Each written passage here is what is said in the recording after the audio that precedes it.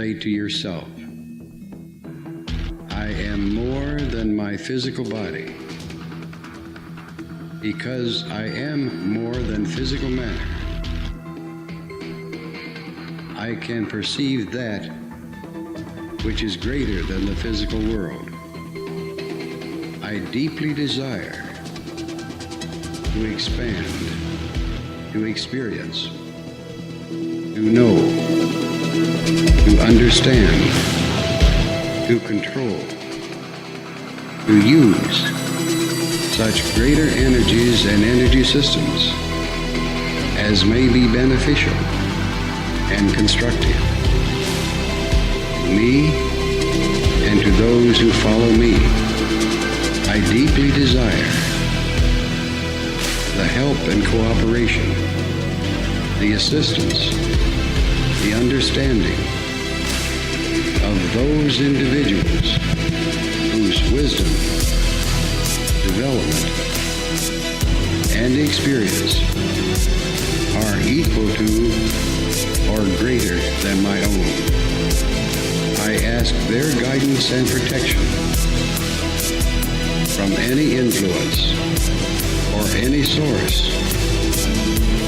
that might provide me with less than my stated desires. Do not know all the answers to the questions about reality. Do not claim to know the ultimate truth about life. I seek that which has been made hidden as a part of a family of explorers of consciousness. I am the void one.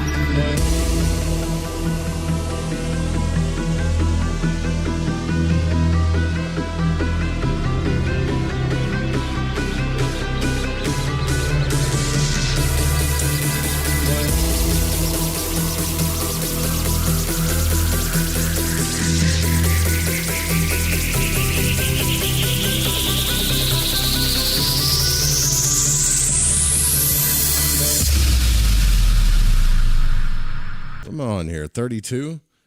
Okay. The Secrets to the Out-of-Body Experience by Gavin and Yvonne Frost. What's up, Old Chew, Jen, and Sir Wolf?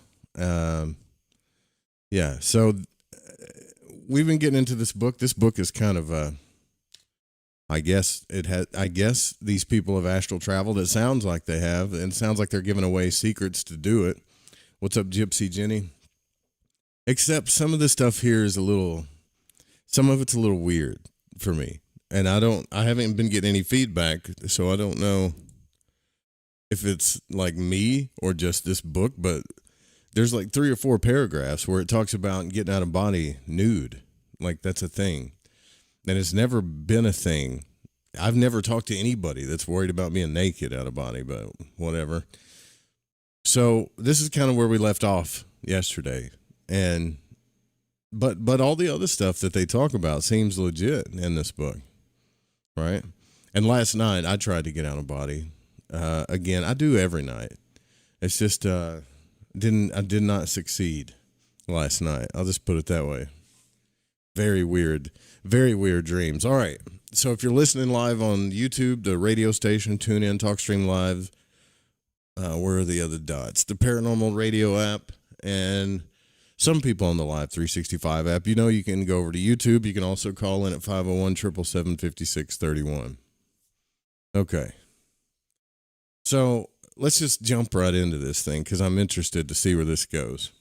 So they say if you're embarrassed by nudity when you astral project, you should remember to clothe the astral body. So I guess y'all remember that. So to do this, the only thing necessary is to think yourself into clothing, and magically your astral body will be attired.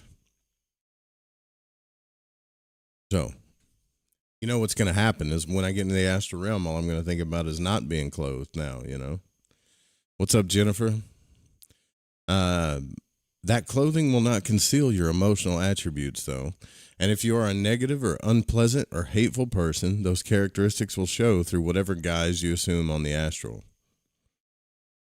I wonder if that's a real thing. When you physically change your appearance from that of, say, a a young person to somebody that's old. Still, your habitual emotions will be visible to other astral entities. There's no hiding of emotion on the astral realm. So therefore, the first thing you should do when you get onto the astral is to find a way of seeing yourself. For this purpose, a normal mirror does not work because it does not reflect astral attributes. What you need instead is a pool of spring water. So we need to get out and go find a pool of spring water. Clothes are overrated. Yeah, I guess so. What's up, Gigi? So if you can find a spring overhung by trees and therefore dark, that's ideal for your purpose. Who does this, man? Old Shoe says, I used to got a body as a kid all the time. It's a lot harder now. Yeah, it is harder now as an adult because we're more programmed as adults. We're more stubborn and we think we're right about everything. When we were kids, we were a lot more curious and our minds were open. So, whatever. So the spring is a place you will visit many times as you develop. So once you have found it, you should memorize its location. Yeah, this is strange. Remember, though, this is from the 80s, right? So look at yourself closely in the calm surface of the water and think of something on the physical plane that makes you angry. All right, this next section is called Beauty and the Beast. What was I going to say? There is something that she did say in here that was kind of right, though. Look for a spring. Make sure that you got clothes on. Look and make sure you're not angry. Never heard this stuff before. This is a first for me. Okay, so Beauty and the Beast. On the earth plane, you may have the most exquisitely beautiful figure and face that can be imagined, and your body might be representative of every glamorous ideal. But when you get on the astral, you may find that you have a very different attributes, less attractive ones. Well, I've never taken the time to look at my reflection in the astral. I'd like to think I'm still pretty damn good looking, though, when I get there, right? What's up, Bryce? Just got back from the theater. That's cool, brother. The more hardship and ill luck you have overcome in your earth plane life without whining, the more beautiful will be your astral self. This is so crazy for someone to say this kind of stuff. The old legend of Beauty and the Beast illustrates this paradox. The beast is a beautiful, pure spirit, whereas beauty has many rather negative attributes. They grow to love one another, and beauty learns to see the beauty in the beast's astral body and the beast perceive in beauty's earth plane body. You're just making this stuff up. Many people spend hundreds of pounds on makeup and clothing so they can appear beautiful on the earth. And these futile expenditures are an expression of the worst form of vanity, for they do not change the inner you. Instead, you should strive to gain the most perfect astral body possible so that in the mundane world, your inner beauty will be apparent to all. Remember, too, that your astral body goes on forever, whereas your earth plane body will perish and die. This is a bit ridiculous. Okay. Like I said, man, there's some parts in this book that are cool, and then other parts that just seem like ridiculous to me. Making yourself young and beautiful on the astral plane. Now, Robert Monroe did talk about this. He said he found his father on the astral plane, and his dad looked young, like he used to look, when he was, I guess, before he was born. But so to become beautiful on the earth plane, you might spend a fortune on a wardrobe, cosmetics, and plastic surgery, but you cannot buy beauty on the astral plane. You have to work for it. There are certain well-known causes of astral disfigurement that you can quickly overcome. The first and most important of these is fear. I kind of agree with that. The old cliche that we have nothing to fear but fear itself is absolutely true with respect to the astral realm. You cannot be harmed on the astral except through your emotions. So if someone chops at you with an axe or tries to shoot at you or something, nothing's going to happen to your body. So if something terrible like a monster attacks you, again, nothing's going to happen to you. However, if you let your emotions run away with you and become scared when such phantasmagoria appears, you will damage your astral being. It will become disfigured with fear. And once this fact is clearly in your mind, you will overcome most of your astral disfigurations, and your astral body will automatically grow perfect. All right, so there's some truth to this part.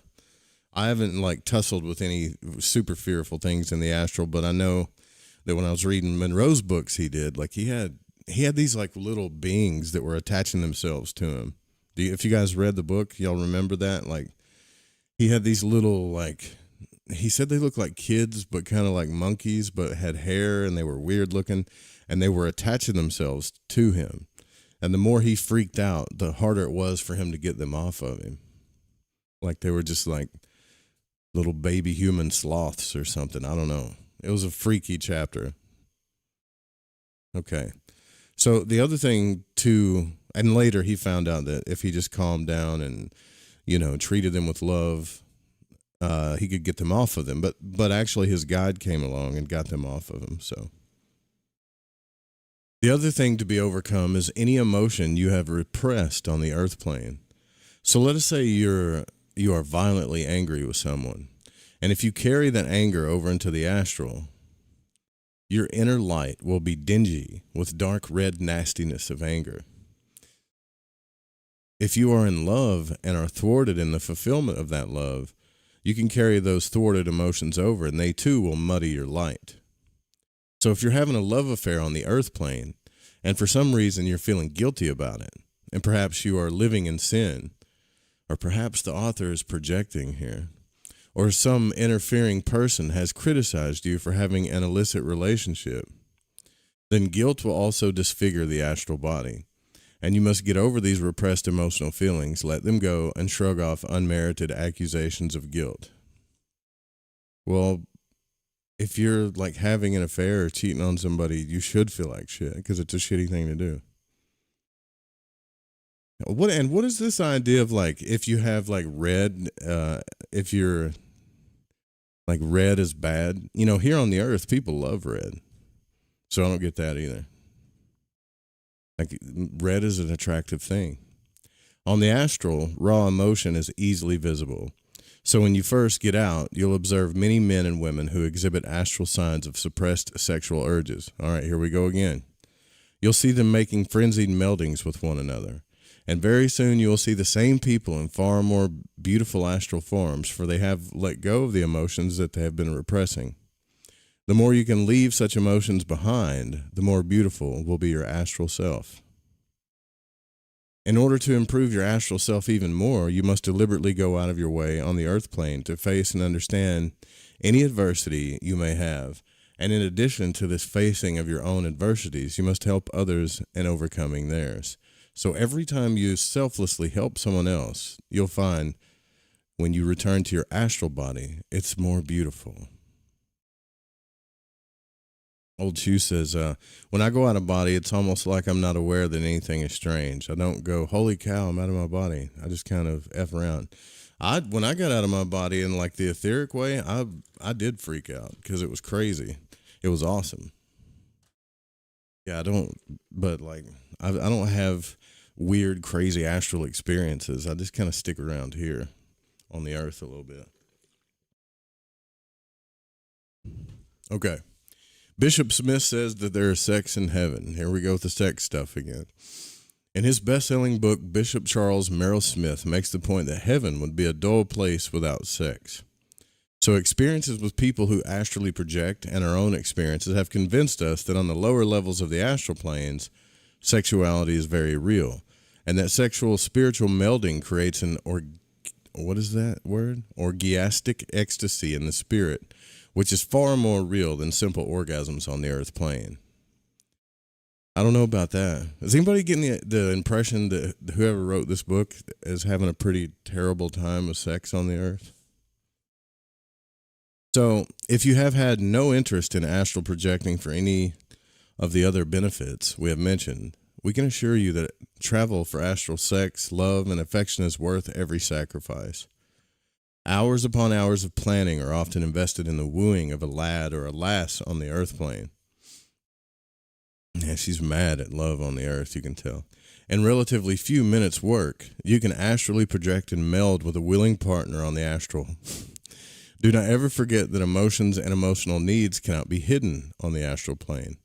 So thus the many negative words and phrases used on the earth plane to keep people chaste become altogether meaningless on the astral, where barriers to honest relationships are non-existent.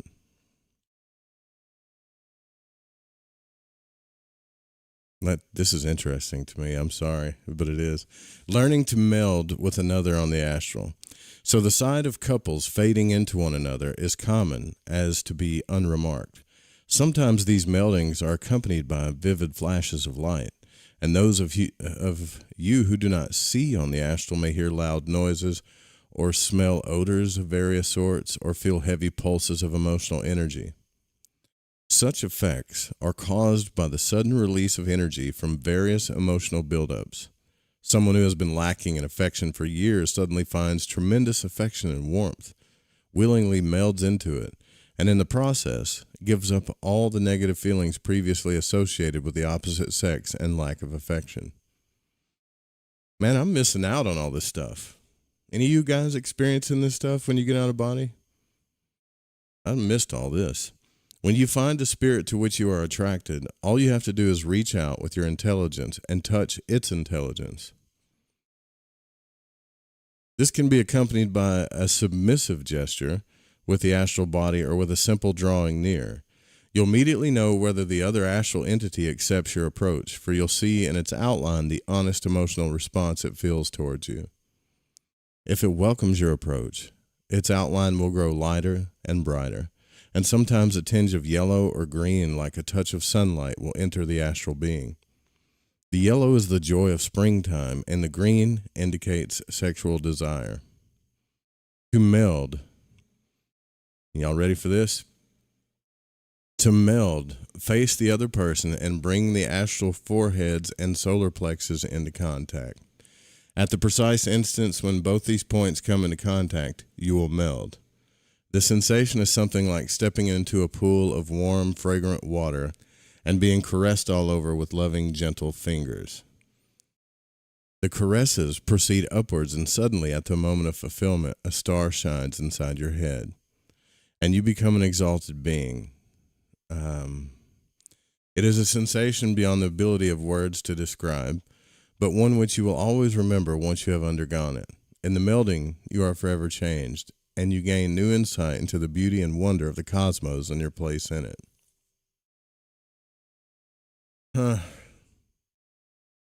Listen, I've read a lot of books about this stuff, and this is all new to me. I haven't heard.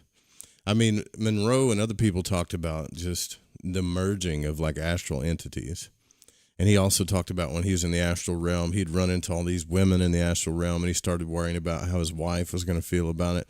And he didn't go into details about like the colors and melding. And so we have to think to ourselves a lot of times when people tell us, or when they're coaching us on this stuff, how much of their own, how much of our own unconscious stuff are we bringing into that realm? Even the reality of that realm. You got to remember, it's illusory. It's not actual or a place that has laws like the earth does. You could take all of your beliefs, your fantasies, your imagination, all that stuff into this place. This is why we get a lot of different stories, I think, you know. Old Shoe says, I haven't met any other astral bodies. Is that normal? Maybe I'm not doing the same thing. No, I don't think there's a normal when it comes to this, honestly. I think you get out of body and stuff just gets weird. All right, but let's listen to her, what she's saying here. I'm willing to listen. Harmonizing and cementing relationships on the astral. Many people prolong marriages beyond the time when they share nothing but mutual hate. Even among those couples whose marriages are happy, it's very rare for the partners to share interests both on the earth plane and on the astral plane. The ideal situation is when the astral and the earth plane are balanced, and your friends and lovers on the earth plane are also your friends and lovers on the astral. Well, that would be cool, actually. I think that would be ideal. In far too few cases does this occur. Mainly because people simply do not have the knowledge to make it happen. Many marriages fail because there is no astral bond between the partners.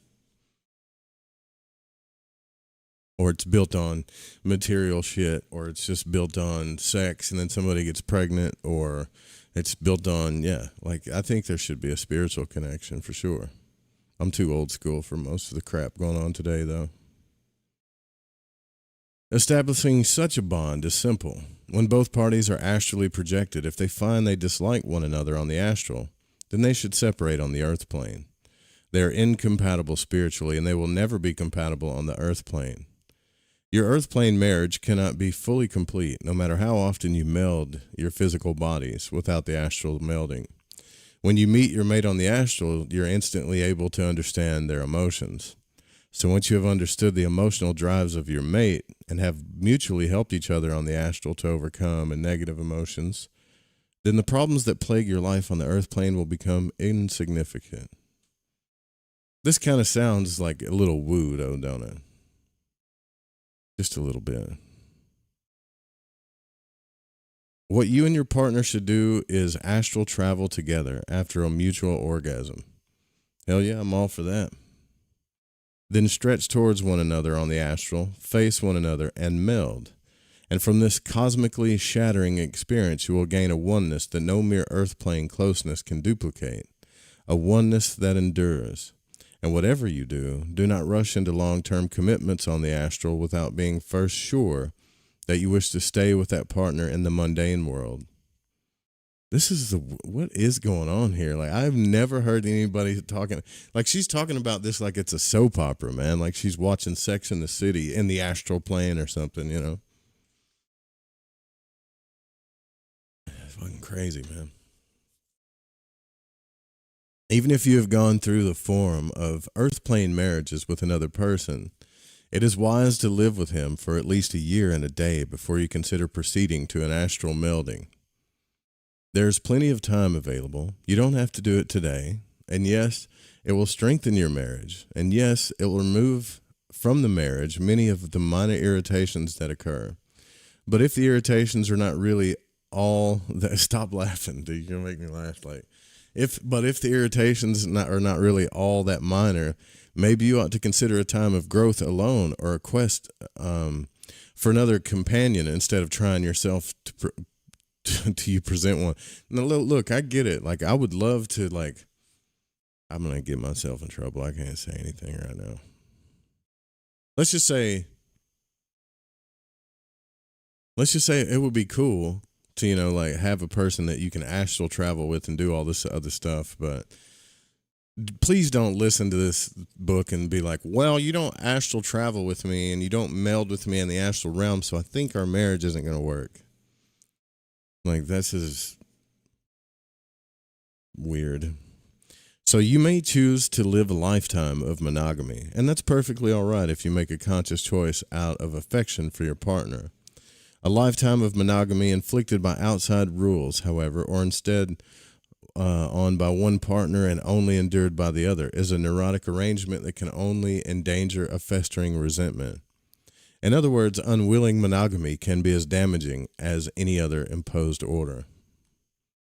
Well, that's kind of obvious. If you're, what are we talking about here? Like, she's just stating the obvious stuff. Like, if you're monogamous and you're trying to make somebody who doesn't want to be monogamous, like they're polyamorous, and you're like trying to force them to be monogamous, it's going to be a shit show. That doesn't have anything to do with the astral realm. Before considering the melding step, though, then let each of you write down on separate pieces of paper the vows you expect to make to each other. Exchange the papers and discuss the proposed vows. If the discussion result is an argument, you must delay your plans for astral melding until such time as your differences are reconciled. Can you imagine going on a date with this girl and just be like, you know, you're trying to get the first questions out, right, about what they're interested in, what their values are, if they're monogamous, right, what they're looking for, that kind of thing. And then she starts talking about the astral realm. Yeah, do you know how to meld on the astral plane?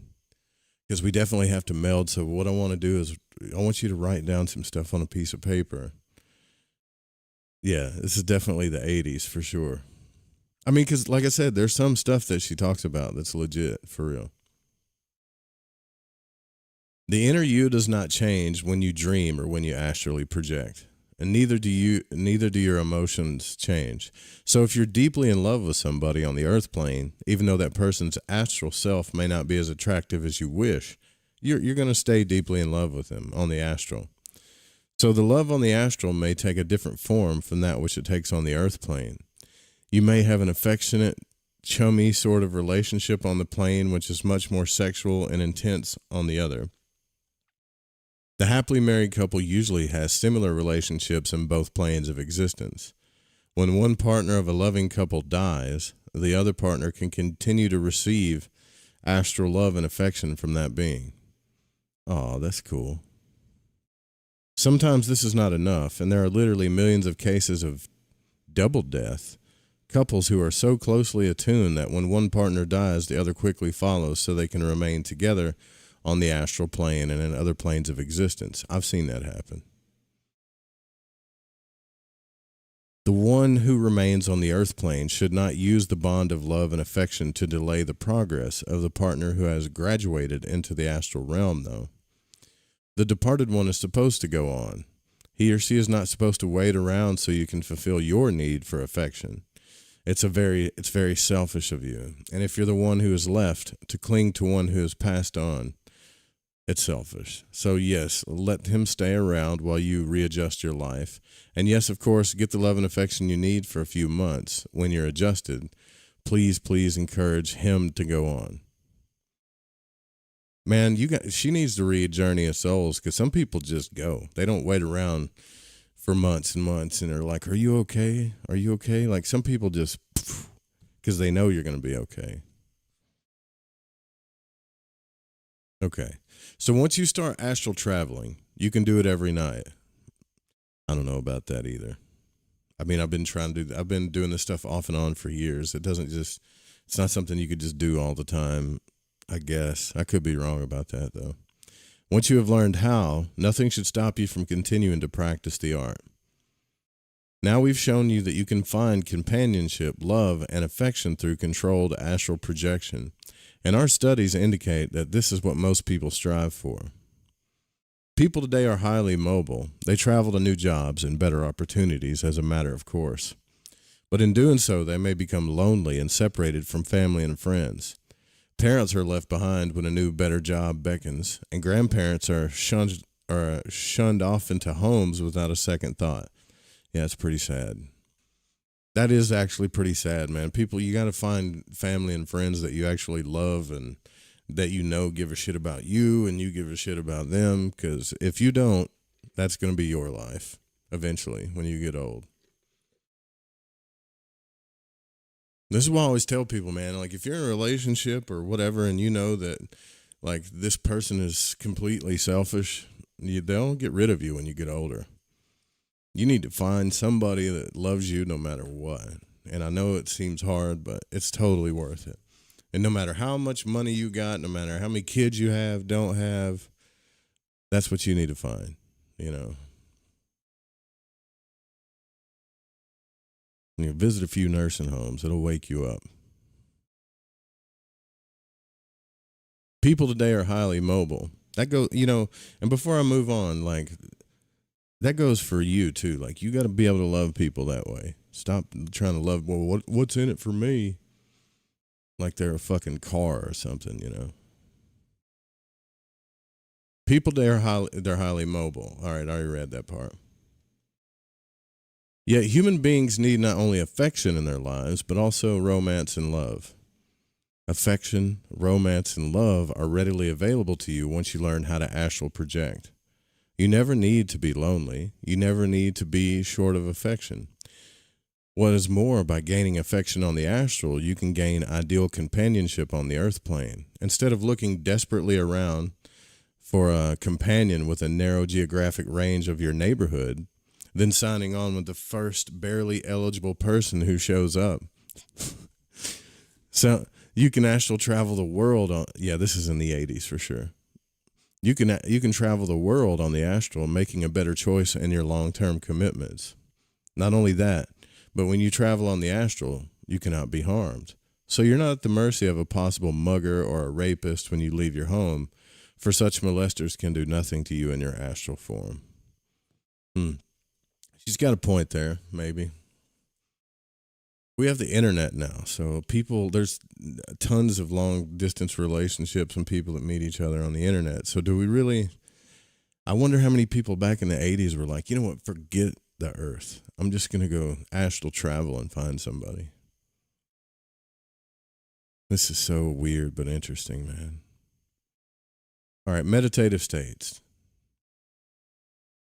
So how often have you been stuck, waiting in frustration for someone, not knowing what's delaying them, yet unable to reach them? Once you have learned these techniques, you'll be able to reach out with your consciousness, find out what's happening, and avoid all that frustration. This is what we call keyed meditative state astral travel. Those of you who have successfully completed several Twilight Zone astral projections, remember what she calls Twilight Zone astral projections are when you're in the hypnagogic state between sleep and awake, which is my favorite ones to do. So those of you that have completed several Twilight Zone astral projections now know that it doesn't always happen on command. Nope. Although it may be frustrating, this fact is a protection for you. The astral state techniques you learned enable you to project from your body only when your guide is standing by. The techniques we're about to talk about here will allow you to separate from your body on key and safety even when no guide is present. So she's starting off with this question. So what is meditation? Meditation means, this is what she's saying, okay? Meditation means many different things to different people. There's transcendental meditation, which requires the constant return to a given mantra or focusing pattern. Such meditation is great for settling the mind and controlling the internal functions of the body, but it does not help you astral travel. For more than a decade, we've been teaching outward meditations, that is, stilling the mind, getting the body homeostatic, and reaching outwards for whatever information may be available to you. This type of meditation results in astral travel, much serenity, and excellent guidance. It allows you to seek and find your own answers to both mundane and spiritual questions. This is truly religion without a middleman, for once you start getting your own answers, you have no need for a priest. In this chapter, we'll look at a special type of outward meditation, one in which you're not at peace or homeostatic. Not only will you pre-program your meditation for astral travel, you'll also be driven out by an urgent necessity that is disturbing your serenity. You'll have an urgent need for food, for sex, or for some other necessity, and that need is used as the driving pre-programming force to break away from the I or me.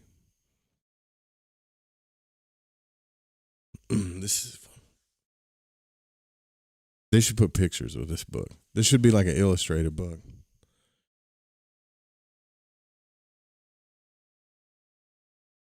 Okay.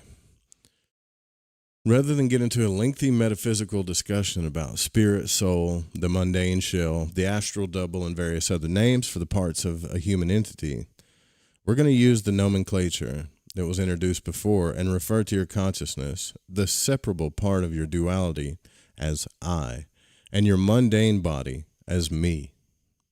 Me is the source of mundane demands. It is constantly pushing at you, demanding attention. Me wants to be fed. Me wants to get laid. Me wants the new washing machine. But I, on the other hand, has had no need of such things. I knows that without me, I would have nowhere on this plane of existence to dwell. So therefore, it behooves I to give in to occasionally to me. And almost from your first breath, you have lived with this duality. In some ways, it is a conflict between the two halves of your being, yet each needs the other. So in order to be successful in the astral plane, you have to convince me, your mundane self, to stop laying multiple demands on the I, demands that cannot be fulfilled on the astral. For as long as me keeps on making such demands, I can never get out. I'm a little confused, but I think I understand. In some ways, This is like a parent trying to get away on a private errand, one which an obstreperous child is trying to prevent. Obstreperous? Does anybody know what that means? Every time the parent leaves the house, the child screams bloody murder, falls down, frothing at the mouth, or even breaks a limb to prevent the parent's departure. Tell me this girl doesn't like kids too. Come on. I've never seen a kid froth at the mouth, unless they're having a seizure or something. Me is a very tough customer. It's looking out for itself against the world for the whole of your life. Me, the mundane self, has firm opinions that if I leaves, me will die. And me doesn't want to die. Oh, I see what she's saying now. Okay. So it has all those good bodily appetites still to fulfill. So what you got to do, therefore, is convince me, the mundane self, that I, being away, will represent no threat and will actually be beneficial to me, or the mundane self, because the I's astral trip, it will be looking for things that will help. And it'll be looking for things that will help satisfy the mundane me.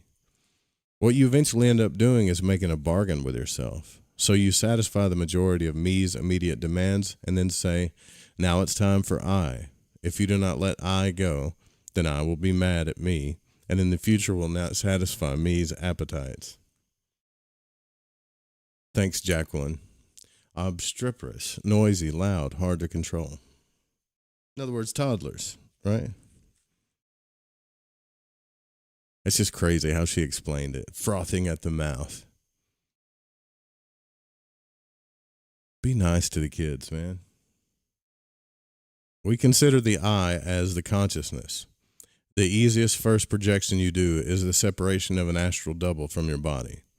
This double is usually connected to the earth plane body by a visible thread. The double contains the I, though it is not the I. So once the astral double is out, I think she's calling the astral double the etheric, like that etheric double that I was talking about. So once the astral double is out, I can easily separate from it and fly free.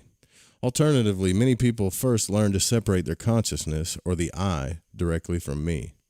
The consciousness then has no cord connection to the mundane, me, and is the only part of the entity that can travel into higher spiritual realms. Maybe that's why I didn't see a cord when I was doing it, because I didn't see a silver cord or anything. So earlier we told you to look for and remember the signal that occurs the moment before you astrally project. So that could be like a vibration, a hum, a static noise. Most of the time it's a vibration or a humming or something, or some kind of bright, sometimes it's like she said, it's like a bright flash. But this key signal will occur not only in twilight state projections, but also in meditative projections. And by thinking of it, you can help yourself project. So remember, in twilight state astral projection, if you're lying in bed concentrating on staying conscious as your body falls asleep, that is, you are keeping the I awake as me entered into a state of dreaming. At the instant you begin to astrally project, you receive a signal or a vibration or something, which took the form of a beam of light, or perhaps a low hum, or a weird taste in your mouth, or one of a million other variable sensations. Now, by remembering the signal, you knew that when you were likely to separate. In meditative state, astral projections, you deliberately use this key signal to help you get out of the body. It is therefore most important that at this time, you carefully write down everything you can remember about your signal. What's up, AIP? Immediately after you receive the signal, you learn to separate your astral double from your body, and then either traveled with it or separated your consciousness from it and allowed it to fly free. Now, the first part of the meditative astral projection is now complete, and you have identified the signal that tells you that your I is about to separate from the me, or you're just about to astral project. There are two reasons that me becomes concerned when I tries to leave. So the mundane me is concerned, one, that it will die if I leave. This concern is overcome by me's realization that I have already astrally traveled before on many occasions. The mundane me has become increasingly concerned in recent years about the supposed horrors of possessions, or films, books, and whispered stories in the occult community have all made possession a lurid and very present threat to the me. So protection of the psychic kind is the answer to this fear, and such protection must be on a level that the mundane me understands. That is, it must be in the physical reality. Yeah, but didn't she say earlier before in the text, she talked about there's a chance that you could be possessed if you don't have your guide there? I know she said that. Not saying it's something to worry about, but many people meditate successfully without ever having heard of the need for protection. And most of these people are doing what we call inward-looking meditation types. These are like inward-looking meditations typified by transcendental meditation. So they're getting in touch with themselves, gaining serenity and answers to many of their questions from within their own mundane body. Thus, the I never separates from me, so there's no need for psychic protection. Some schools of meditation extend this inward-looking style and encourage their students to get out of their bodies. And we have seen several cases of minor possession. See, there she goes again. Don't worry about possession, but you could get possessed, right? So we've seen several cases of minor possession resulting from the technique when it was practiced without the necessary psychic protection. Do not, this is in big, like bold letters, do not meditatively astral travel without psychic protection. This is a very real warning. We cannot be responsible for anything that happens to you if you ignore it. Though our technique of psychic protection is extremely simple, it may seem a nuisance. People get into meditation and into astral travel and think that they are above these simple techniques. But the Institute has been involved in psychic research for longer than most of you have lived, and we assure you that these techniques are necessary. Even our most advanced graduates still do them scrupulously every time they astral travel. Is it, like, you're giving me mixed signals, girl. First, you're like, there's nothing to worry about. There's nothing to worry about. There's nothing to worry about. Nothing to worry about. Unless you meditatively astral project, and then you could get possessed. All right. Here's the technique of protection. Opinions about psychic protection are as numerous as grains of sand on a beach, but when you separate the basic truth from speculation and folklore, it's a very simple procedure that serves two purposes. One, to reassure the mundane me that nothing will threaten the mundane body while the I is temporarily absent. And two, to erect psychic bars so that malicious spirits or others who would like to have an adult body to run around in will be warned off.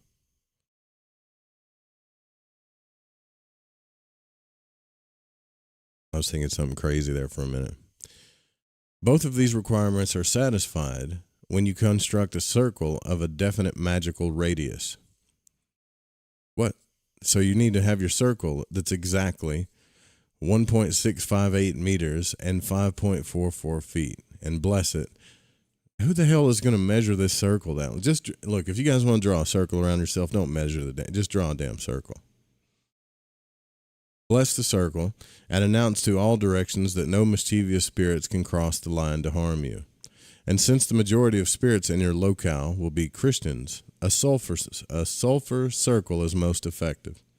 In recent years, it has become the custom to follow the Hindu practice and use the preservative salt instead of sulfur.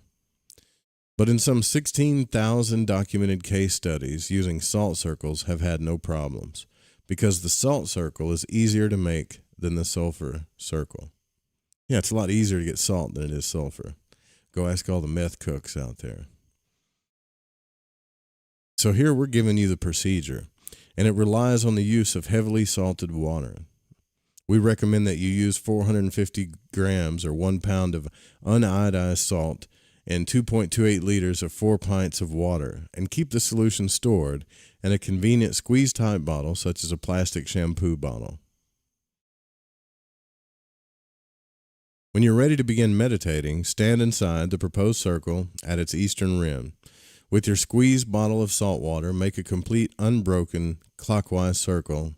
And as you do this, say, "Spirits of the mischievous intent, spirits of the lower entities, you may not cross this sacred line as I will. So mote it be." Okay.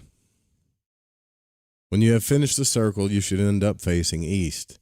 Put the squeeze bottle down, still facing east. Make the sign of the cross in the air before you, like the equal armed if you are a pagan, like a traditional sword shaped if you're a Christian. And to do this, raise your right hand to your eye level, palm down, fingers together, pointed away from the body, and sweep the hand straight down to the waist level. Then move the hand to the right of the body at the chest level with the palm facing left. Sweep across the body from right to left. These two motions are connected by a short diagonal upward sweep from the bottom of the first stroke to the beginning of the second. Listen, if you want to draw a circle around yourself, just do it. And if you want to do the cross, just do the cross. You don't have to be all exact, and that stuff don't matter. And if you're like a ceremonial magician, do the Kabbalistic cross. This lady's got you like measuring stuff, man.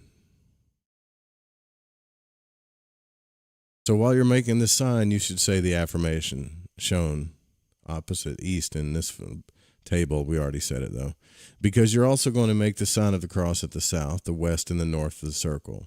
So she's just making crosses around the circle and connecting them, kind of like the banishing ritual, the pentagram.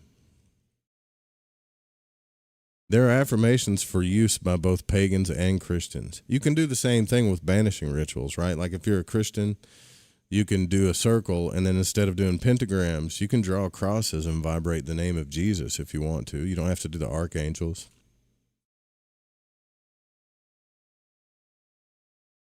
To complete your circle of protection, use the appropriate affirmations as you sign the cross at the cardinal points of the circle. And when you've completed the cardinal points, lie down and gesture an upward clockwise spiral in the air above with your fingers of your right hand held close together while you make the same affirmation again. What? This 80s stuff is kind of cool. It's almost like when I read this, what's up, Domek? It's almost like when I read this, it's like I'm watching Back to the Future, the astral travel version of Back to the Future, the 80s movie. This completes your protective procedure, and thousands of students have used it successfully. And if you like, you can use a solid line of sulfur or salt instead of salt water.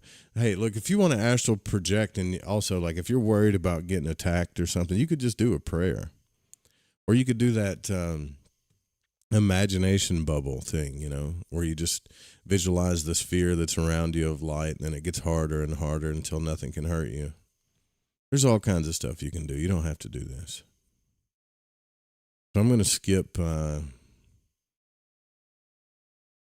this. Like she goes in, you guys don't want me to say all this stuff, do you? Do you want me to say like the prayers that she has here, or skip them? I'm skipping them. If you want me to say them, I'll say them later because they're kind of long. There's a pagan one and a Christian one. All right, now after you've done all this stuff, find a comfortable mattress. Foam rubber is best as the mattress must contain no metal springs of animal fiber. Metals, especially ferrous metals like those used in springs, become magnetized and seem to interfere with the experiments. So do fibers from an animal that may have died in terror. Make sure that the mattress is large enough to support your whole body. As a test, lie on it without moving for 15 minutes. I'm sure I've seen this episode on the Love Boat in 1984. Yeah. So do you have any aches or any pains? If you do, you can be sure that your mundane body will call the eye back. Yeah, just make sure you're comfortable. Make sure wherever you lie down, you're comfortable and you can lay there comfortably. Select a place somewhere in your home that there is a place that you can make secure. And additionally, it should, if possible, fulfill the following conditions. There should be a minimum of clutter, so you don't need to have books and newspapers and other items that give off their own vibrations everywhere. The place should always be away from any heavy electrical wiring, for it needs to be, or it has been demonstrated that currents carried by wiring interfere with astral travel. I totally agree with that. A place near the sky is most desirable. So in warm weather, this might be like a patio. In the winter, an attic room would serve well. And the light level in your area should be adjustable so that during your attempt to astral trip, it can be lowered to the level you would expect to get from a single lighted candle. Write down the most insistent demand that your body is making to you at the moment. And this step is to satisfy the me. Write down all the nagging little problems you might be having in your mundane life, and place this minor worry list in the oven and weigh it down with your iron, and close the oven door, and as you do so, make the following affirmation. I lay aside my mundane cares, returning I will attend to them. With knowledge gained in a brief respite, I will be better equipped to lead this life. As I will, so mote it be. Robert Monroe has a thing that when you do, he just puts you in a meditative state, and you imagine like this box with a really heavy lid, and you put all of the worries of your life in that box. That's it. So just be creative. If you want to do it on your own, you don't have to do it the way she's talking about. You can be imaginative about putting your life cares away for the time being. Step 3 is designed to give you mental homeostasis and to satisfy the mundane me, that the physical needs will be taken care of right after the astral travel. The paradox of this is that the insistent demand will be used as the driving force or defined necessity that will help you get out of your body. The two most important needs that can be used in this way are sexual fulfillment and hunger, taking each in turn. So sex. If you're sexually frustrated and you have decided to use this as a defined necessity in getting out of body, then just stay sexually frustrated. Otherwise, you should make love not more than 2 hours before your attempt. Is she saying use the sexual frustration of for energy, I think, is she saying, to get out of body?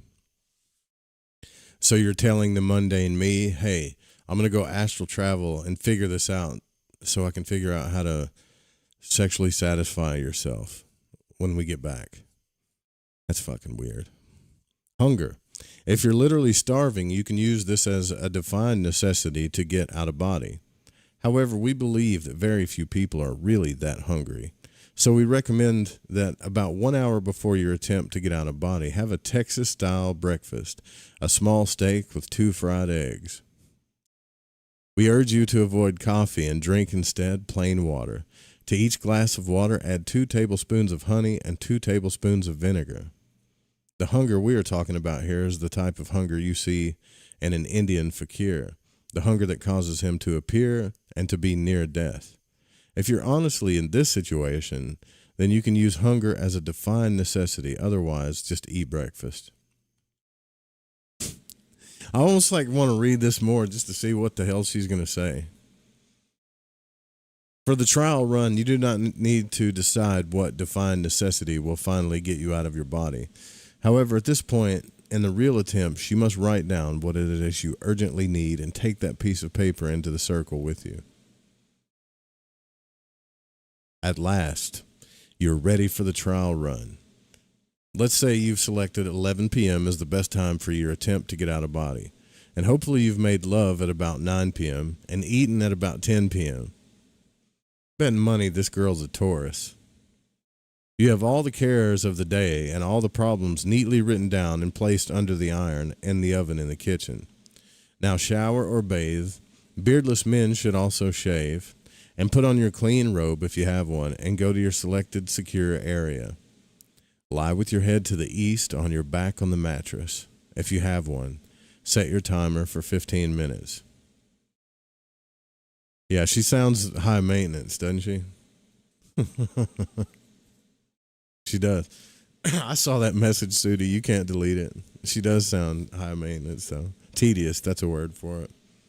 Make sure that you can stay quiet for this length of time without being disturbed by an outside noises or influence, and further, that your body doesn't get cramps or pains induced by your posture.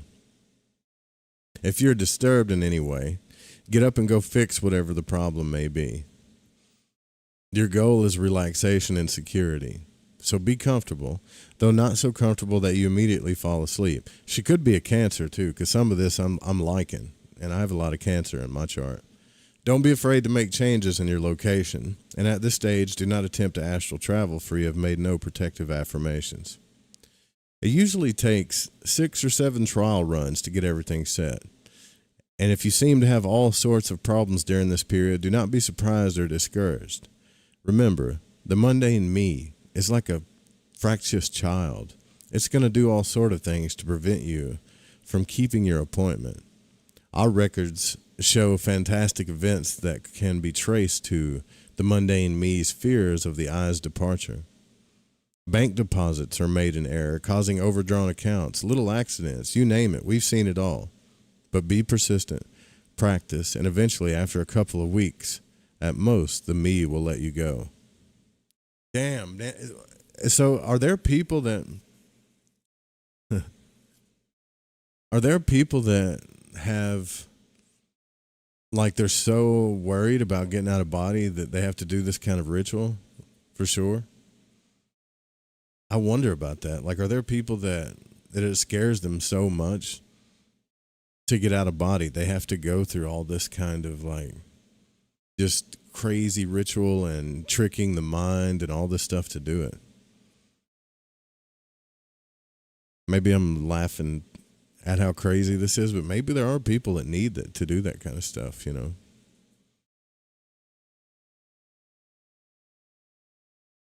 Because this girl makes a flow chart. There's a whole flow chart on this book of everything she just said before she has an out of body experience. Man. Okay. I'm not judging. Don't get me wrong. Like, everybody's different. I just think you got to do what you got to do, right? But she's talking about putting stuff in the oven, you know, taking showers and shaving, making sure you have sex exactly 2 hours before you astral travel, eat 1 hour before you astral travel, you know, do your hair. It's like going out on a date for the first time or something. All right. Oh, shit. We got to do the commercial thing or I'm going to get dinged. Don't want to get dinged. All right. So when we get back, we're going to talk about the first astral trip. And then I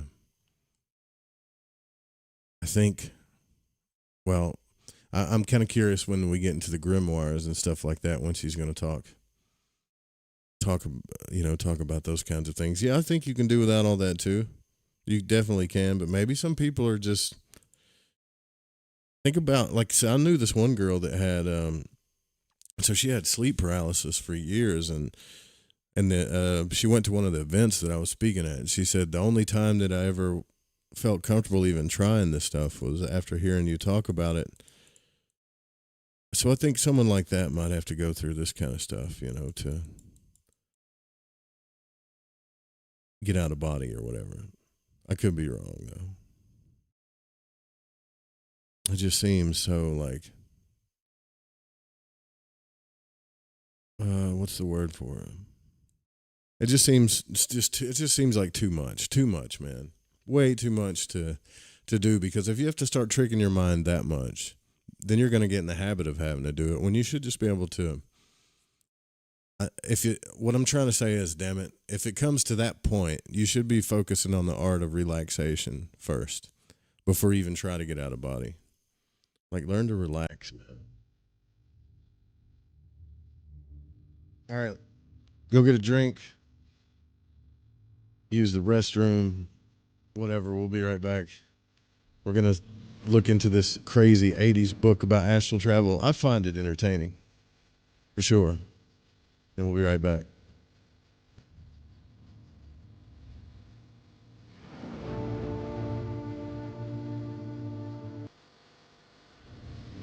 You're listening to Lighting the Void Radio.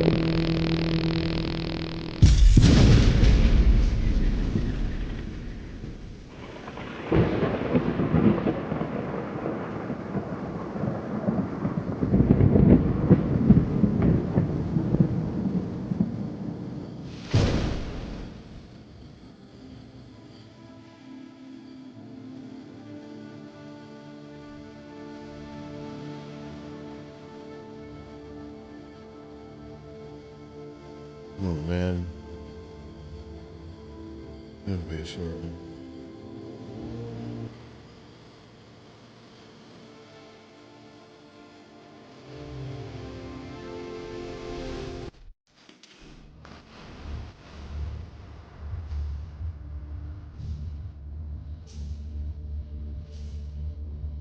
I was in the middle of the Atlantic Ocean when it happened. There was a sudden jolt and our submarine crashed on the seafloor. We were in total darkness. That's Dr. Dejana Figueroa, a marine biologist and STEM teacher, talking about a deep sea dive she'll never forget. It's funny, when I was a kid, I was afraid of the ocean, and there I was, 2 miles below the surface. But as a scientist, you prepare for that. Using our training and a little creativity, we fixed the sub and finished our experiments. The dive was just too important. Every dive gives us glimpses at things few people ever get to see. Glowing creatures, fiery undersea volcanoes. When we got back to the surface, I kissed the ground and called my mom, of course. But you know what? I wouldn't trade that dive for anything. Dr. Figueroa uses her passion for STEM to discover new things and make the world a better place. She can STEM, so can you. Check out She Can STEM for more stories and inspiration. A message from the Ad Council. So, you love talk radio? Then you'll love TalkStreamLive.com. TalkStream Live is always on, 24/7 with the best streaming talk shows. Find your favorite talkers and discover some new ones. It's free, readily available online or on mobile with any smartphone or tablet. Finding your favorite talk shows all in one place has gotten a whole lot easier. Just go to TalkStreamLive.com. Be sure to download the free apps from Google Play or the iTunes App Store. Have you ever wondered, what do the stars say for me? Or, will the next month or the next year be more favorable? How about, are our two signs compatible? Each month, at the new moon, you can ask these questions live with me, your astrologer psychic, Mary DeCina, along with host of Lighting the Void, Joe Root. Join us at the new moon for Cosmic Conditions. We look forward to working with your energy. Every new moon at 7 p.m. Pacific, 10 p.m. Eastern, right here on Fringe FM. The following program is very, very sick. You're listening to Lighting the Void Radio.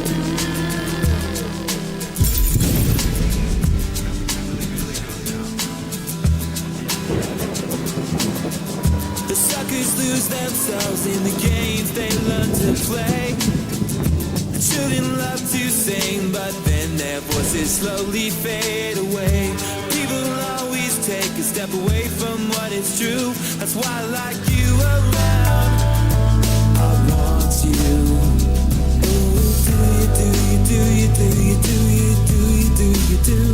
You're making me want you. An open invitation to the dance. I can dance at the bar that we're in. No apology because my earth is genuine. And the mystery of your rhythm is so feminine. Here I am and I wanna take a hit of your scent, cause it fits so deep into my soul. Ooh, I want you. All right, welcome back to Lighting the Void Radio. Pretty quick break, and we had to take that one late, so let's get back into this crazy 80s astral travel book. I actually like the 80s stuff too. They should make a movie out of this, I think. Like this lady, whoever wrote this book, it says a lady and a dude wrote this book, but still, like, they should make a movie out of this because this is kind of entertaining.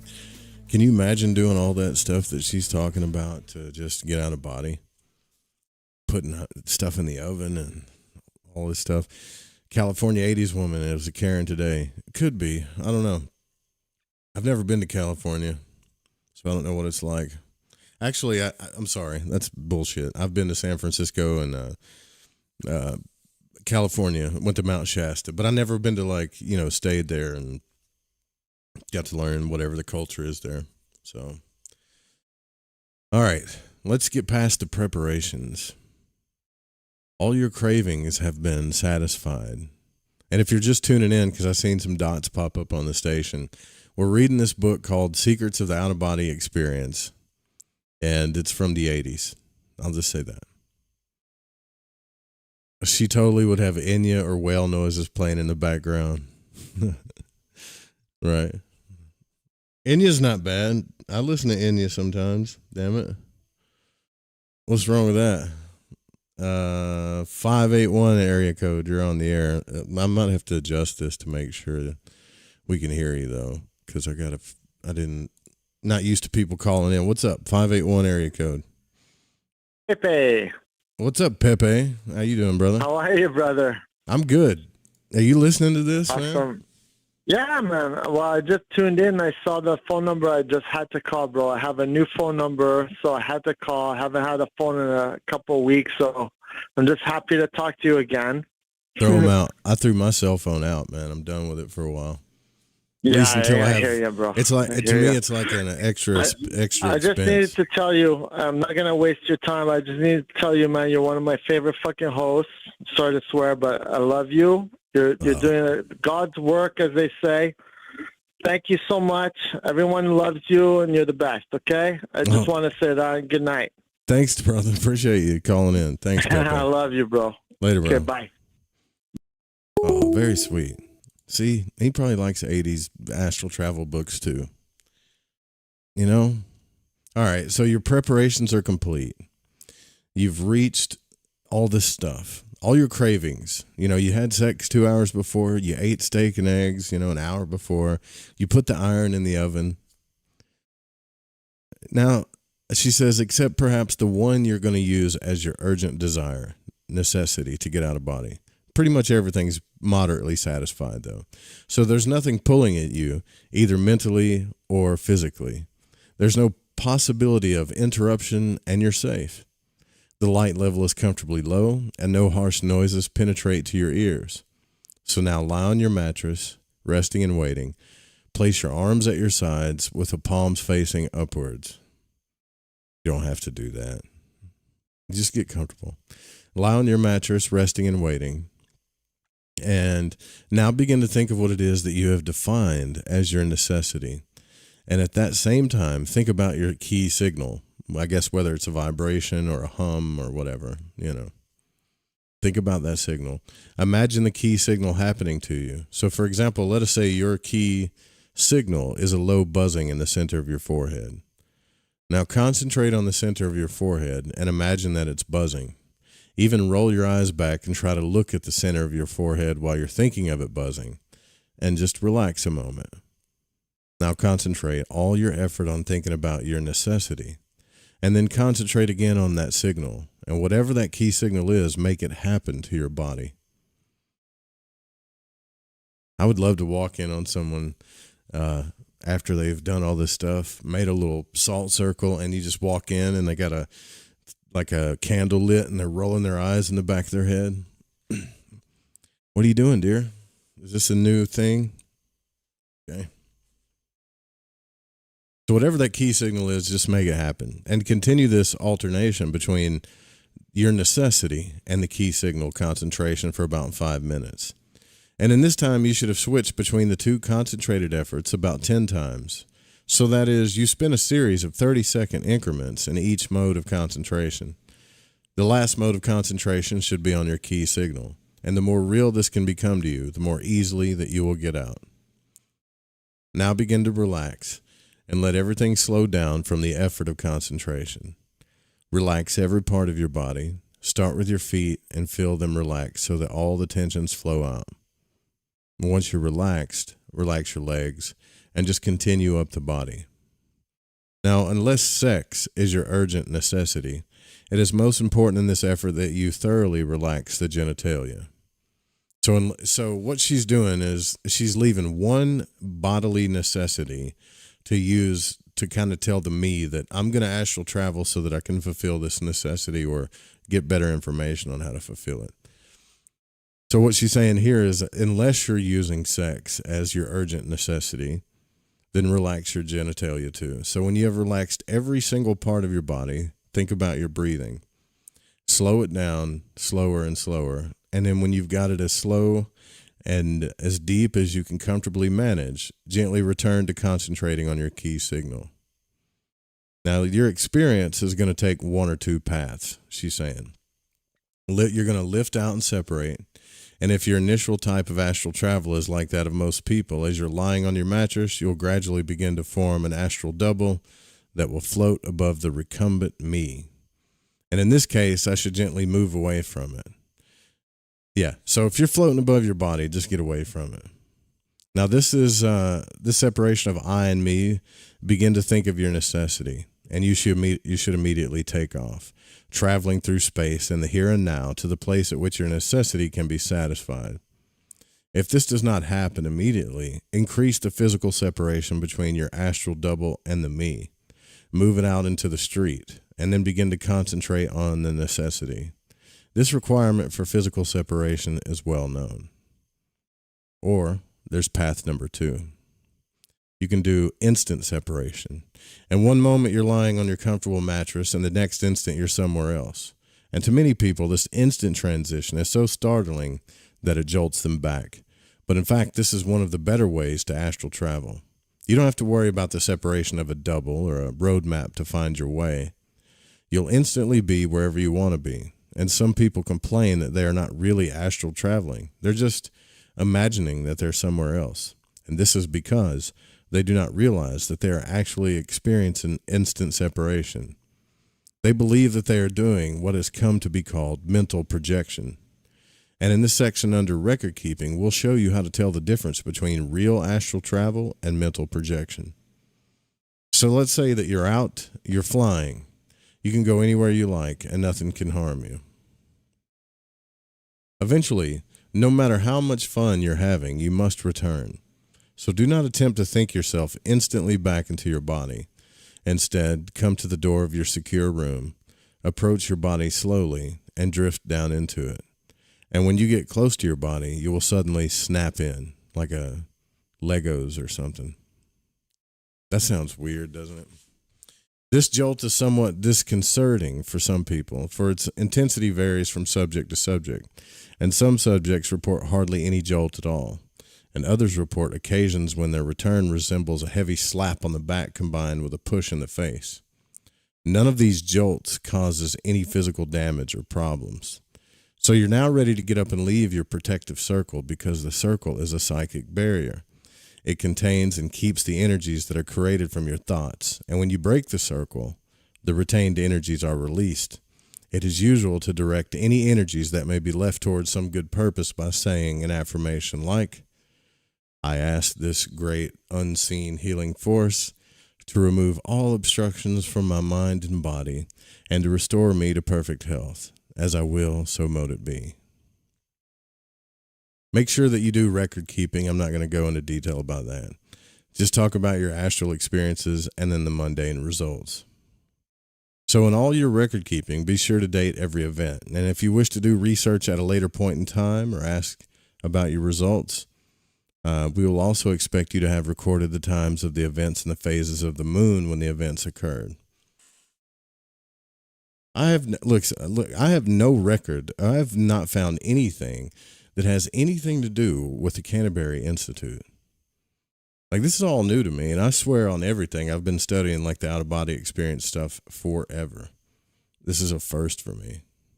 So a lot of this is weird. Like, even as I'm reading this, I almost feel like I'm in another dimension, you know. Okay, so she just goes on about record keeping and then how significant it is. Anywhere, so this is the next part. Anywhere, anytime, astral travel. A Chinese philosopher says the longest journey begins with a single step. So you've now taken that single step, and you're entitled to feel proud of the work that you've done. Very few people have the perseverance to accomplish controlled astral travel. So to review the steps you've taken, just, I guess, look at your notes or something. So let's see. Here's some things that you've done. You've remembered your dream state travel. You wrote that down. You've traveled in the twilight zone. I've done that.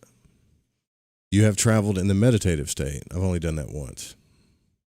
Most of the time I do this, it's from the hypnagogic state. Meditation is like a whole other thing for me. So the next step on your journey is to learn to astral travel when you're not in the safe security of your own space.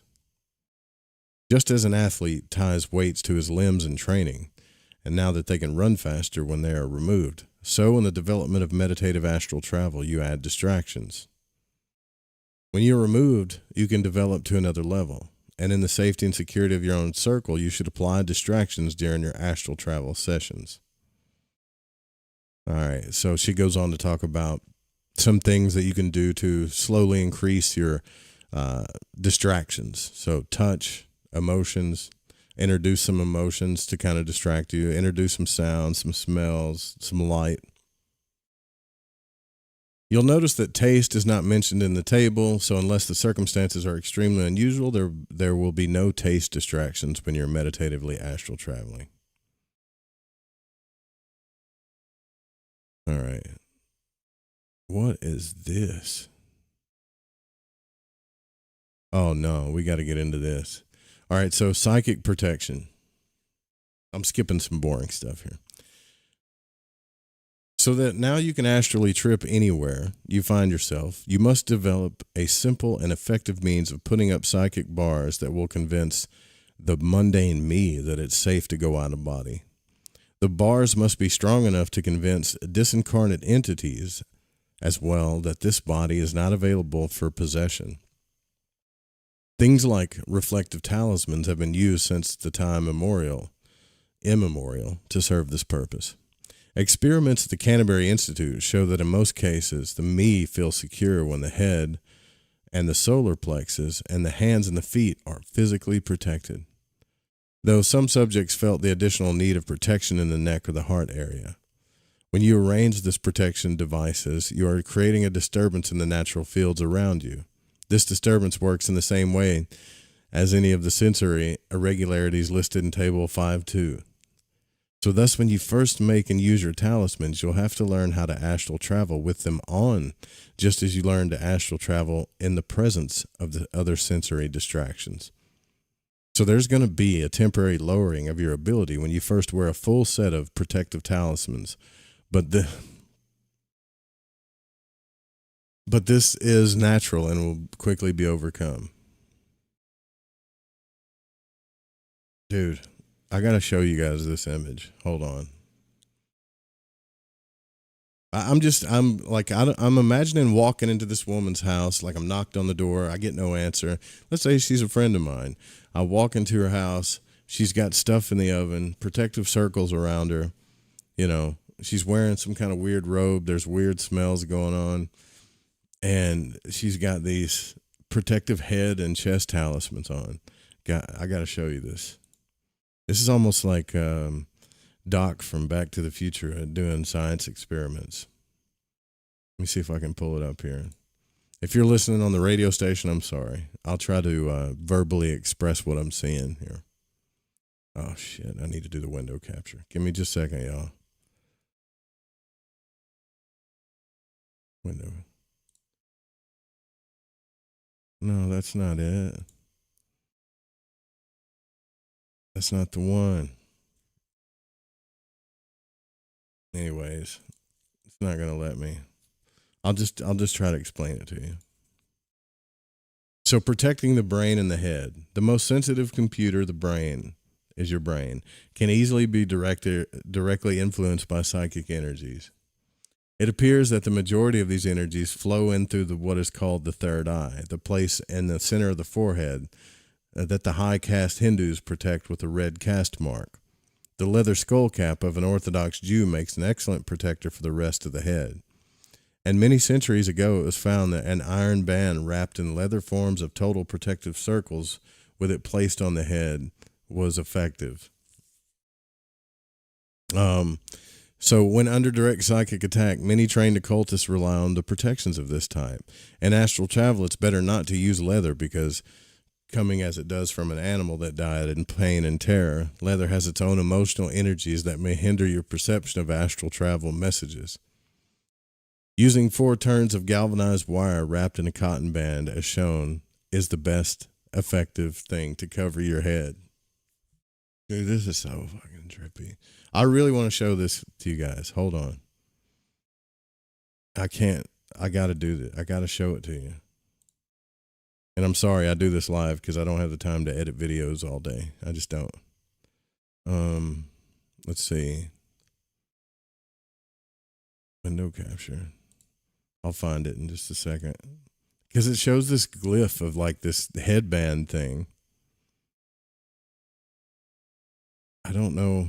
Is this? Yeah, that's it, right? No, that's not it. Maybe I'll put it in the thumbnail. Yeah. It's a headband thing with a wire thing. It looks like it looks crazy. There it is. Okay. Y'all see that? Let me zoom in.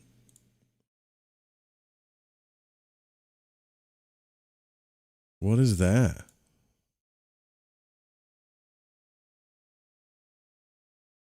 Now imagine walking in with your friend and she's astral traveling wearing this thing on her head. Does this go on the head? Using 4 turns of galvanized wire wrapped in a cotton band, as shown in the figure, has proved totally effective in this figure. Your protective headband, normally worn under a hat.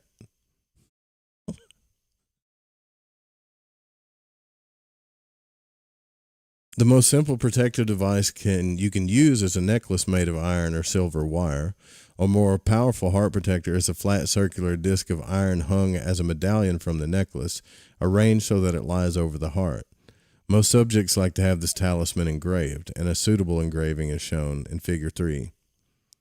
This particular design is said to have originated with King Solomon. I guess she's talking about this one here. I mean, I believe in talismans and all that stuff, like usually when you're doing ceremonial work, but what is this thing? This looks like a head maxi pad, doesn't it?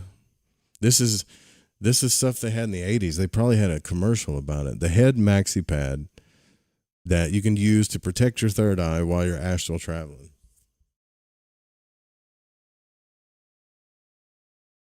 You can protect your hands, too. There's 2 ways to do this. First, you might choose to wear on each wrist a bracelet of solid iron. The Sikhs favor this method of protection and have used such bracelets welded on before they go into battle.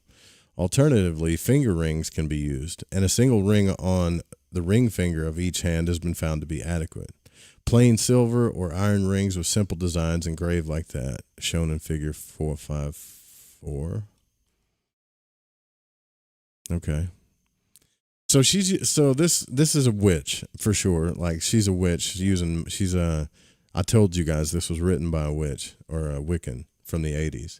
All this stuff is cool. Like if you want to use astrological stuff like this to help you, or even like a talisman you wear around your neck. But the head maxi pad is a little too much for me.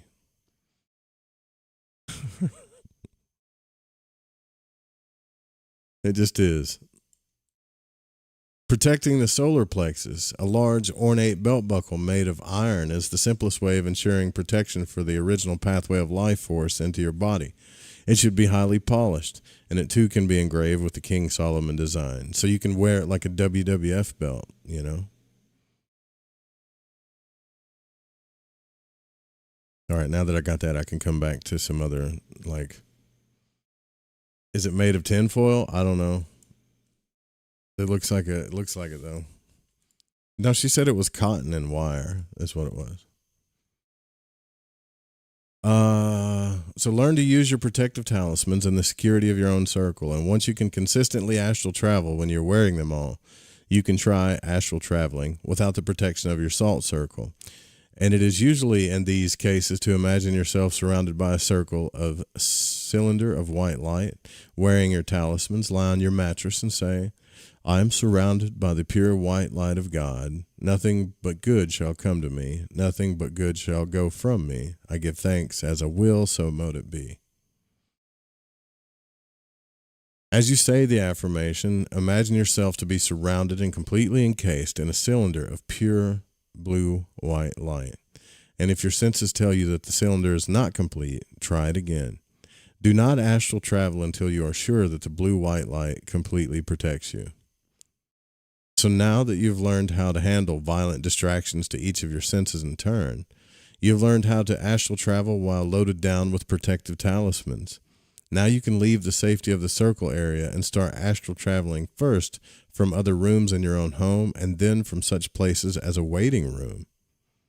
It's just a matter of practice.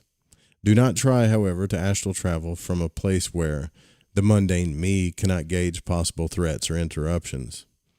This means that astral traveling in an aircraft or in flight or on a bus or on the road is extremely difficult. Only skilled astral travelers can do this. Oh, man. This is what happens when I look at the cover of a book and I just go for it, right? I look at the cover of a book, I go for it. And I think, like there's some cool stuff in here that she's talked about, but I'm never going to forget the head astral travel maxi pad protector. All right. So did you really make it come true? Was it all a dream? Did this really happen?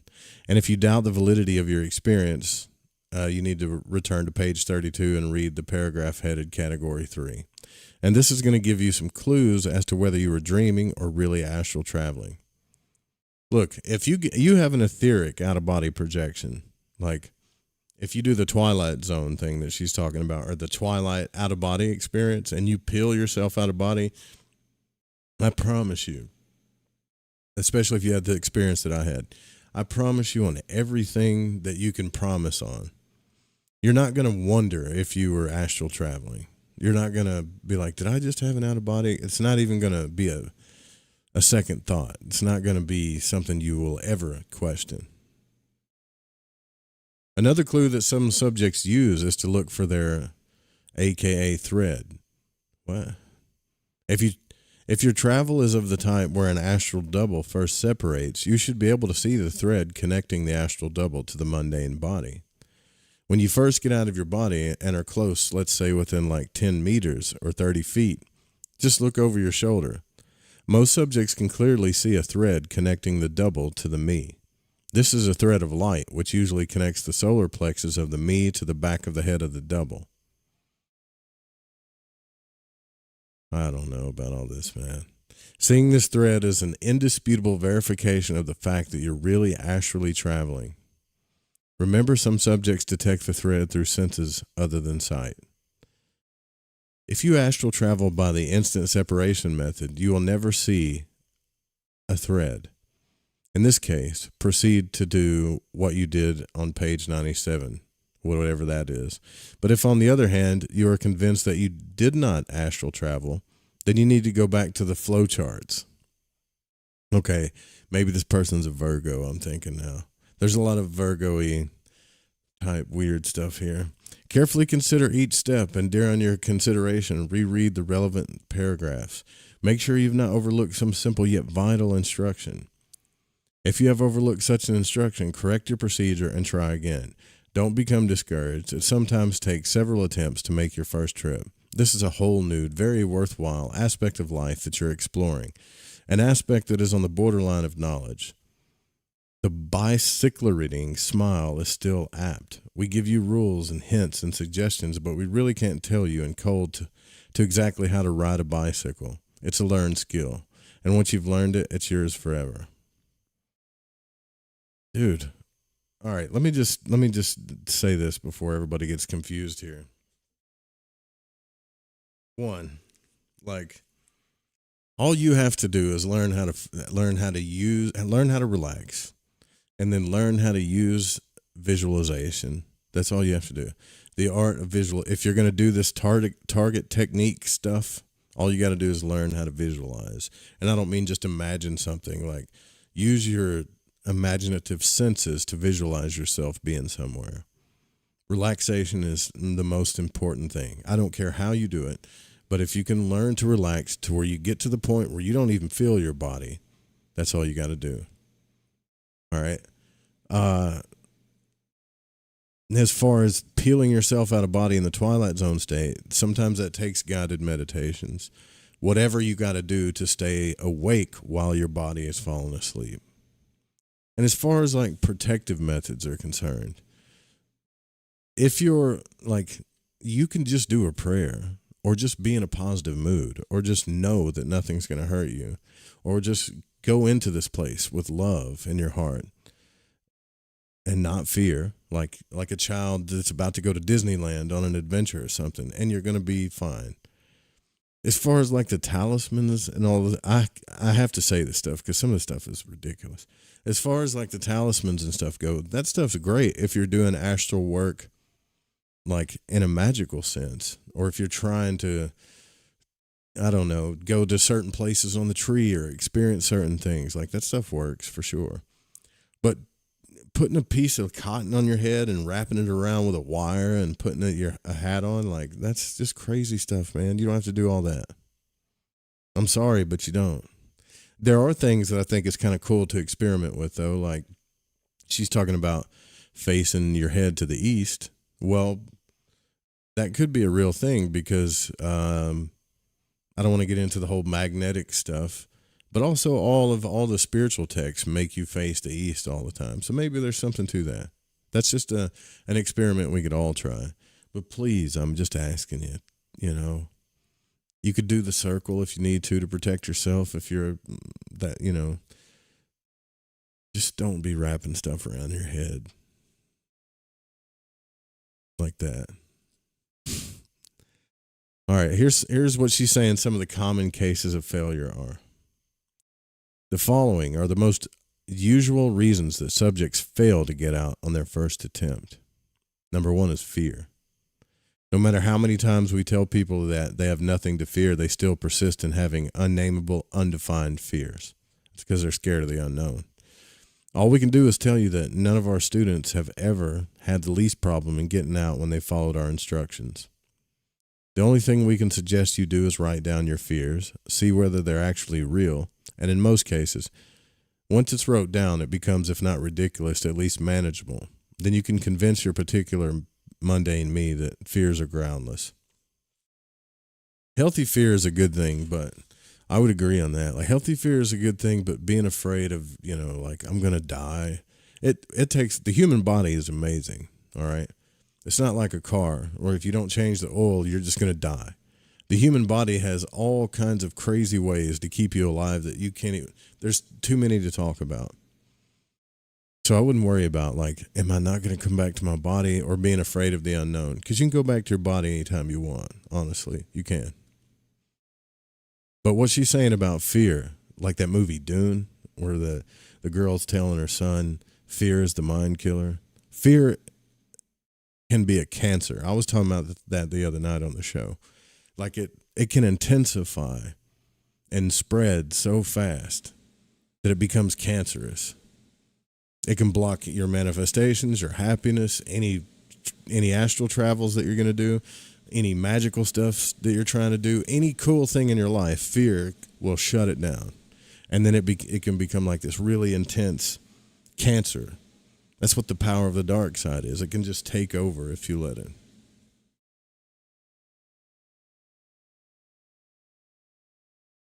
Now, you know how I was talking about how I used to have like that anxiety disorder? Well, you start learning that, let's just say 80% of the, you know, when we do stuff all the time, we're like, well, what if this happens? Or what if that happens? Or what if they say no? Or what if this person's mad at me? Or what if I fall down? Or what if? More than 80% of the crap that we're afraid of never happens. I think it's actually a higher number than that, but I don't know the studies. It just never happens. All right, I'm done with the fear talk. All right, so she's saying number 2 is health. So if your body is in poor health, you should begin taking steps to remedy this problem. Go see a doctor. We can't do that for you. But it's true that just like the lack of food or sex, poor health can be used as a necessity to get you out.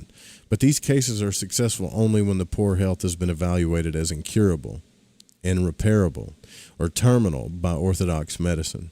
So in cases where you have a fever or, let's say, a cold or something like that, wait until it's cured before you try to do astral travel. Number 3, this is something I find fascinating, is electric fields. We cannot say enough about avoiding these hindrances. If you suspect that this is one of your problems, turn the power off in the house. Make sure, too, that you don't have anything around that may be disturbing a natural electromagnetic field. This includes such things as closed finger rings, jewelry, hairpins, steel-bladed knives, magnets, and a host of other items that disturb the natural fields of the body. It is not by chance that Eastern temples are built with no iron in them. nor that in the old days all iron and steel in a village was locked up prior to any religious festival. Make sure before your next attempt that all such disturbing objects are removed from your environment. Number 4, timing. Before I get to timing, I don't know what to comment on the electrical fields thing. I don't know if it's real, if it's not. I know Monroe talked about, like, you know, when he first started going out of body, he could put his hand through the floor, and the only thing that he could actually feel was metal. And then there were other times where he would have this like astral experience where he was getting tangled up in like energy lines that he could see, but later he found out they were like power lines or something. So there could be something to it. Don't know enough about it to tell you the truth on it, is what I'm saying. Number 4, timing. The aim of keyed meditative state astral travel is to allow you to trip out on key at any time. But again, it's like riding a bicycle. You wouldn't try to learn to ride a bicycle in the middle of a busy street or at the top of a steep hill. Though once you have learned to ride, of course, you can ride up and down hills and on busy streets. But the same rule holds true in astral travel. It's easier to travel when the sun is below the horizon. It's also easier to travel when the moon is full. I don't know about that. I can experiment with that, maybe, and tell y'all later, but I don't know about that. Try to arrange it, therefore, so that your first attempt occurs at around midnight near a full moon. And number 5, the clock, the calendar, and the telephone. The things that keep you in your mundane body are the clock, the calendar, and the telephone, and all the worries that go with them. The mundane me must learn that I need some time to itself, so you need time to eat, drink, and be merry to be healthy. And if all else fails, take a holiday. Get away from it all. Go somewhere quiet that has no telephone. Leave your clock and calendar at home. And if your family fights you on this, leave them at home too. How can you argue with that? I couldn't argue with that.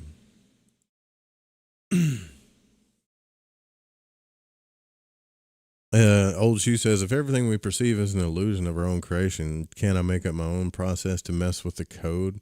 Are there actual rules or more like general guidelines? I mean, I don't think there's...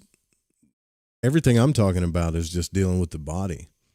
Because regardless if everything is an illusion or not, and reality is made up of vibrations and waves, and we can get into all this big damn discussion about what reality is and consciousness and all that stuff.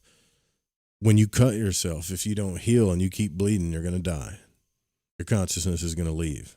So the stuff that I'm talking about, the relaxation, the focus, most of it has to do with maintaining the understanding that your body needs to go to sleep so consciousness can travel. How you get there, I mean, if you want to try all kinds of things, sure, do it. Your traveling should have been in the here and now. In this realm, the physical landscape is unchanged. From your point of view, the only difference is that you can easily pass through physical objects, the here and now. Yeah, that's a good thing to call it. So from your point of view, you can pass through physical objects and you can see the spirit or ghost populations of the physical world. Other people are part of this population, and these other spirits are solid, real objects that you can bump into. In your travels about the world in your new state, you can do many things. You have always wanted to spy on the neighbors. Go and see what the queen, and there she goes again talking about spying on the damn neighbors, right? You've always wanted to spy on your neighbors, so go and see what the Queen and Prince Philip are doing. Watch your MP. This is fun, and we encourage you to do it. But once you have gotten over this initial phase of exuberant investigation, you should settle down to more serious work. Yeah, this makes me want to like astrally protect my shack here again. I don't want people like, go spy on people. Hell, go watch your neighbors have sex. Go see what they're talking about. What's wrong with this woman?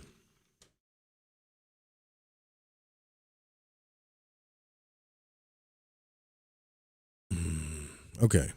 In chapter 4, we spoke of fulfilling both sexual and nutritional needs. Now it is time for you to find the answers to the questions that will help you fulfill your necessity.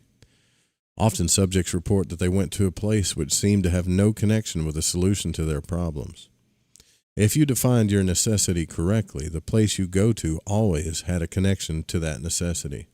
No matter how unrelated it may seem to be, there will be a reason why you are visiting this particular spot during your astral trip. You must remember in detail everything you can about the place you visit.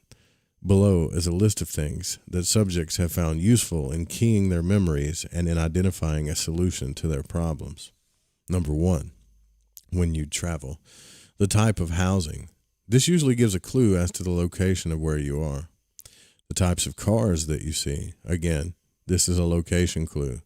And do everything you can to remember the registration numbers and the types and makes of the vehicles that you see. Here's a 80s answer right here. Y'all ready for this? Number 3, newspapers. If they are in a language you understand, read the headlines. Notice particularly the date of the publication. For you may have unwittingly moved out of the here and now, and obviously if you're trying to overcome a problem of loneliness, you will pay special attention to photographs and names of likely companions which appear in the paper. Sometimes our astral mind plays tricks, and you might find yourself confronted with a whole stack of newspapers. In this case, think, stop that nonsense, tell me what I want to know. And in 9 cases out of 10, you'll be redirected. Number 4, this is so crazy. People, whom do you see? Usually the first person you see is the one who holds the key to solving your problem. You should do everything you can to identify this person. Look for names and letters or documents, even name tags and clothing, and on luggage that have been shown to serve a link as to so that you can find the person after you have returned to the mundane world. I see what she's doing now. So, like, this makes sense to me now. So this chick has been leaving back in the 80s. I think this came out in 84. She was looking for a partner. And instead of like settling, what she calls settling for somebody in her neighborhood, she would astral travel. She would tell herself that she needs to find a partner and would astral travel to the astral realm, find that person, and then try to find them in the physical world. Wild. That's wild.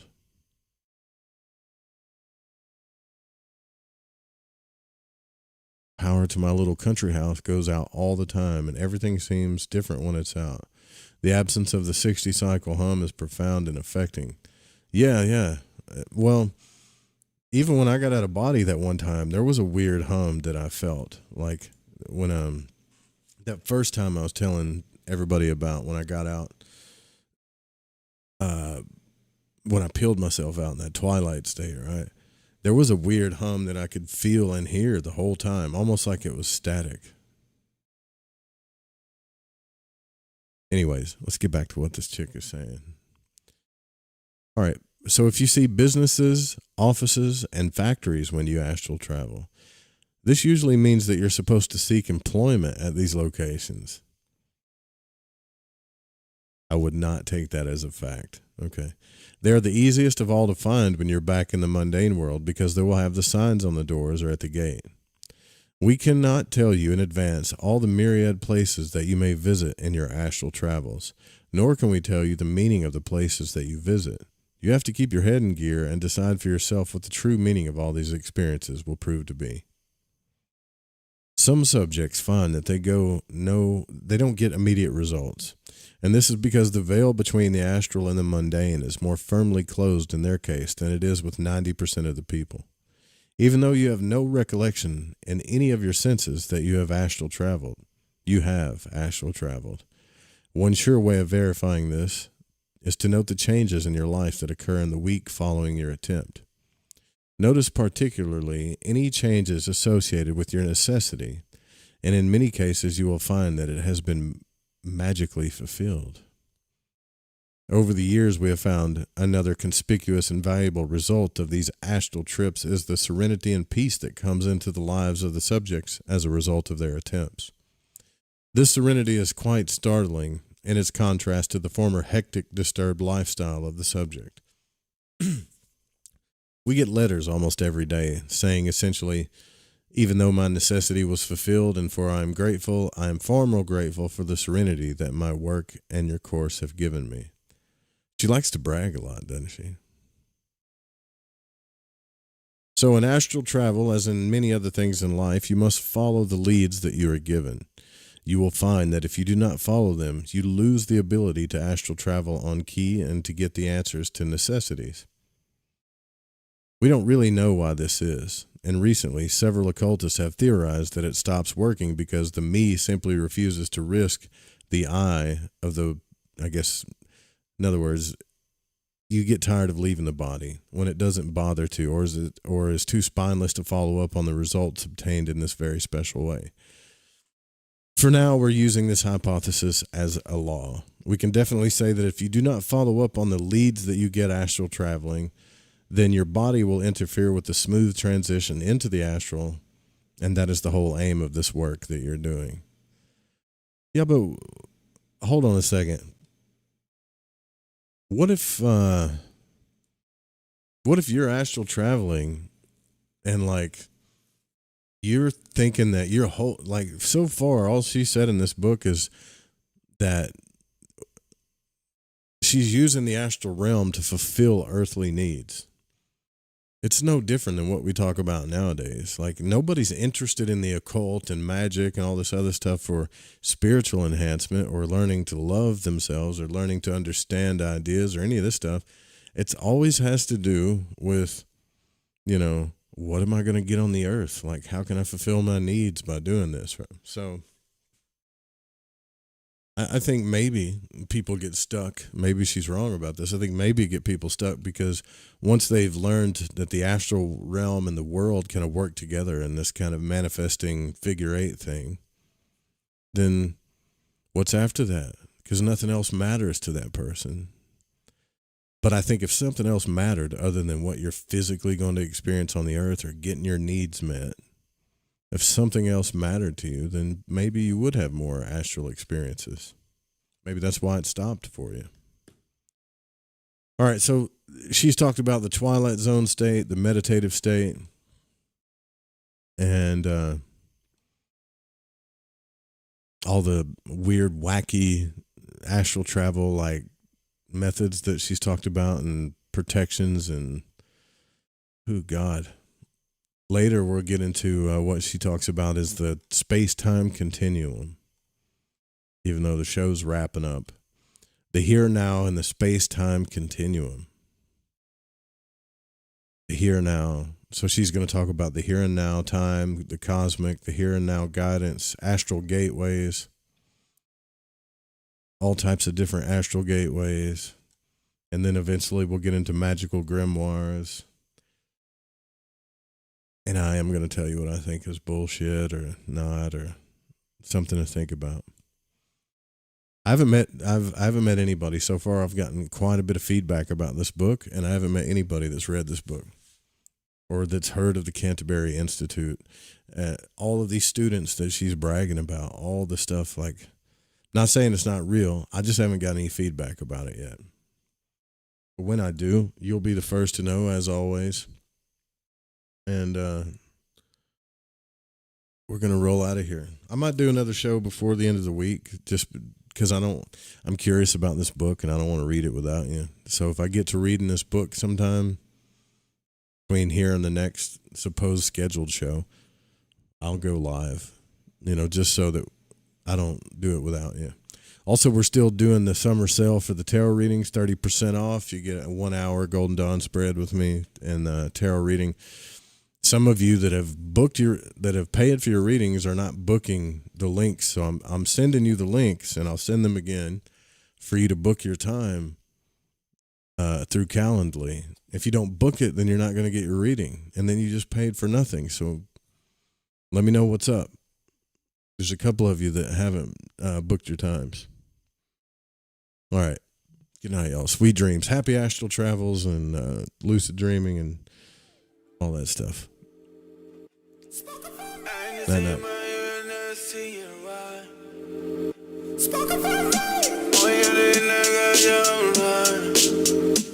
is shining like 3 seeds of pomegranates in my hands.